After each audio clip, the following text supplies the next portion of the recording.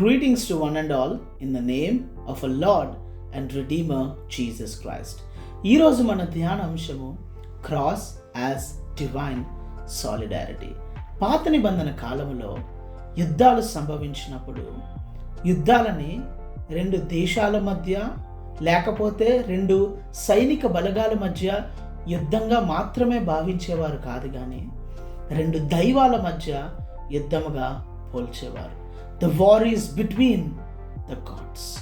విజయాన్ని అందుకున్న దైవము గొప్పదనియు, దేవుడు విజయము వైపే ఉంటాడనియు, అధికారముతో పరిపాలిస్తున్న దేశాలన్నీ కూడా ప్రకటించుకునేవారు.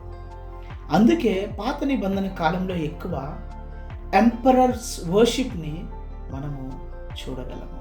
ఒకవేళ అదే వాస్తవం అయితే అణిచివేయబడిన వారి స్థితిగతి ఏమిటి?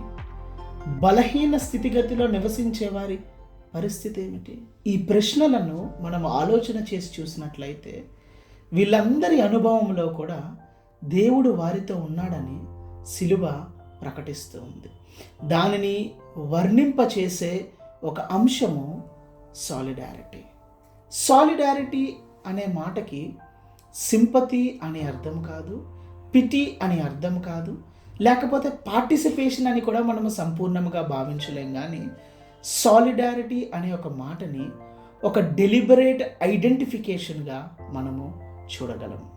సంకల్పపూర్వకమైన గుర్తింపు.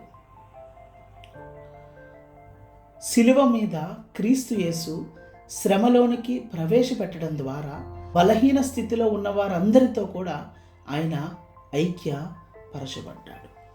శిలువలో క్రీస్తు యేసు ప్రభువారు చెప్పిన మాట, నా దేవా నా దేవా నీవేళ నా చేయి విడనాడితివి.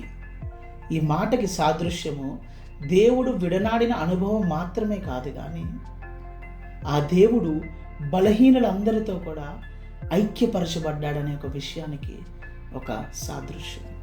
అందుకే సిలువ అనేది ఒక వాండరస్ జర్నీ. ఆమేన్.